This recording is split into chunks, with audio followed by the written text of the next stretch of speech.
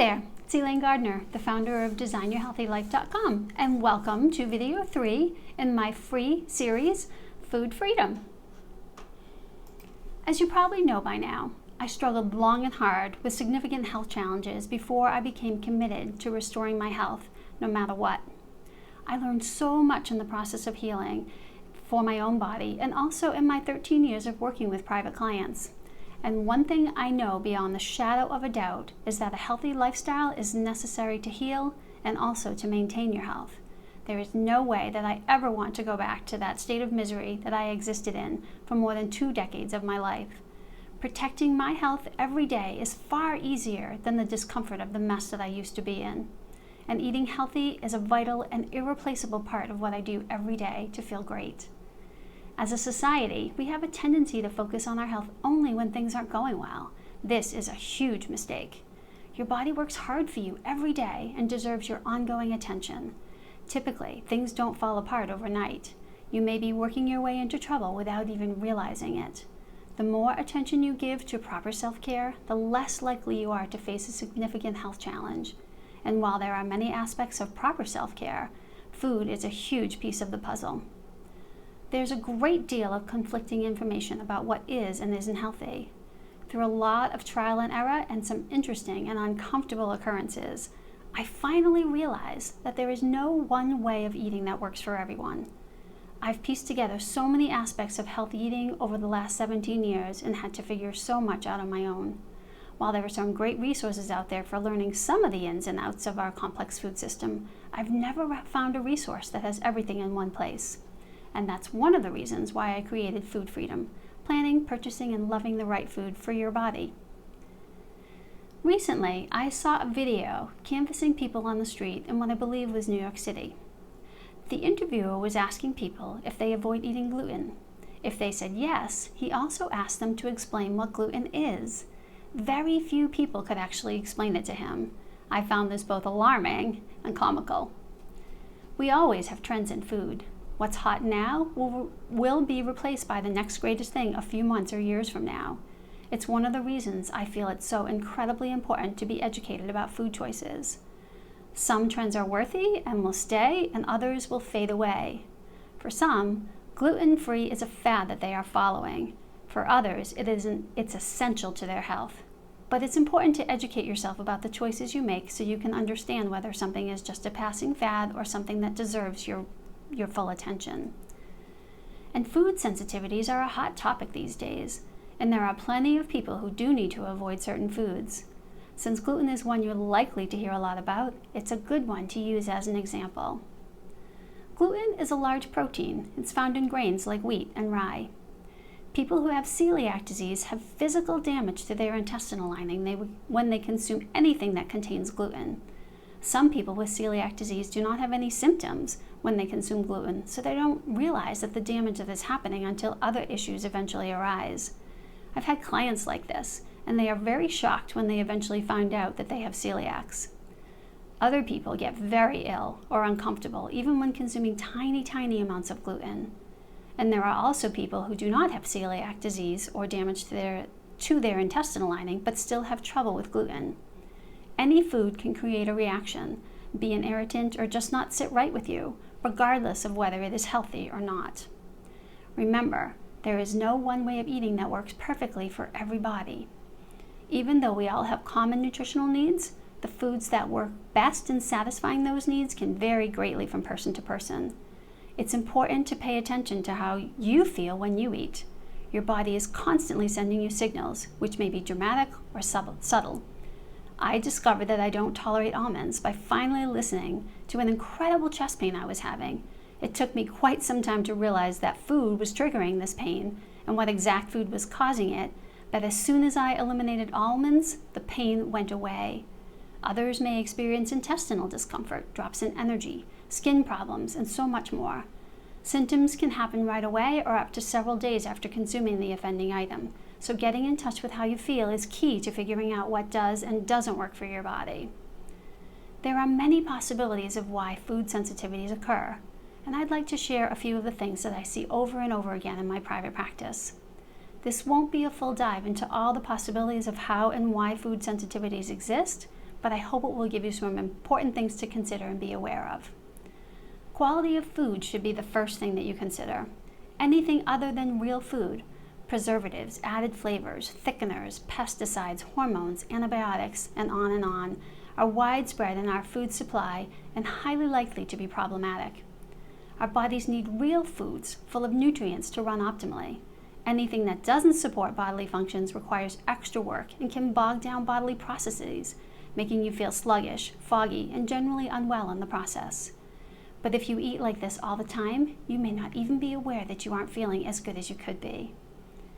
If there is any weakness in your systems, particularly in your digestive tract, how you respond to food may be more related to the lack of health in that area than to the particular food that you are consuming, especially if you are already choosing high-quality food. If your intestinal lining is not strong and healthy, it will have tiny openings in it. Undigested food then leaves the intestines through those tiny holes. This is not a normal part of healthy digestion, and your immune system gets involved. It responds to the undigested food because they don't belong outside of your intestines. Its job is to recognize and attack anything in your body that isn't supposed to be there, so it becomes responsive to the food leaking out of the intestinal lining. As this continues, the immune system will keep attacking those undigested food particles, and you can easily develop sensitivities to food in this way. An activated immune system will cause symptoms, and you won't feel right. This can be subtle, dramatic, or anything in between. If you improve the health of your gut and give your body what it needs to heal and close those tiny holes in your intestinal lining, undigested food will stay within your intestines the way it should, and it won't prompt an immune system response and the symptoms that go with it. The good news is that in this scenario, a food sensitivity that develops in this way is typically temporary, as long as you address the root cause and support the proper healing of the intestinal lining. In my private practice, I work with whole food supplements to provide what your body needs to heal the intestinal lining. The things you eat most frequently while your intestinal lining is compromised are the most likely to become problematic. Since our food system is based on wheat, most people are consuming it regularly and are likely to develop sensitivity to it based on the lack of health in their guts. Removing wheat from your diet and avoiding gluten under these circumstances is likely to make you feel better, but without addressing the root cause that created the sensitivity, you're likely to continue developing sensitivities to other things that you eat. This can be a horrible downward spiral over time. I've had people come into my office eating only 5 things because they've become sensitive to so many foods. Getting to the root cause and fixing the gut allows them to safely reintroduce foods they were not tolerating and get back to getting the proper nutrition that their body requires. While it's certainly not the only additional consideration with food sensitivities, stress is another huge factor that deserves your attention and consideration. The hormones your body releases during a stress response are very damaging to the gut. When the stress is quick, it isn't typically problematic, but long-term stress continues pumping those hormones through your body, and your gut doesn't stand a chance in avoiding the havoc that comes with it. A mentor of mine, Fabienne Fredrickson, says that Americans wear their stress like a badge of honor. She was born in France and she lived there until her teens. She explains that the French culture is based on pleasure. Dare to imagine for even a fleeting moment what it might feel like if American culture was the same way. You may not even be able to wrap your head around how different things would be if this were true. Stress is a huge topic and one I can't do full justice to in this short video. But I'd like to challenge you to consider what your biggest stressors are and how you can shift either the number of stressors you have or how you respond to those stressors. It's easy to say and often difficult to do, but changing your thoughts and reactions to your stressors can dramatically change the internal hormonal response of your body to those stressors. The mind and the body are completely connected, and what you think changes how your body functions. So working to shift how you respond to stress can create dramatic changes in your body. Now, you might think that healthy eating requires a lot of time in the kitchen, or that you need to be an accomplished chef in order to pump out healthy meals. I don't consider myself to be an accomplished cook, but I do have basic cooking skills that I think are easy to learn. Grilling, sautéing, steaming, and baking are my go-to preparation methods. By employing these simple cooking techniques and planning what I am preparing ahead of time, I can get a healthy meal on the table every night in about 30 minutes. I typically spend a little extra time on the weekends prepping things like muffins and individual yogurts for the mornings ahead, but this adds about 30 extra minutes or so on top of only one of my weekend meals. I believe that planning ahead is one of the most important pieces of staying on track with healthy eating. At least once a month, I sit down with my calendar and plan out meals for the month ahead. Then I tweak those plans about once a week to make sure that I have everything on hand and have adjusted what I'm cooking to please the people that I will be feeding each night.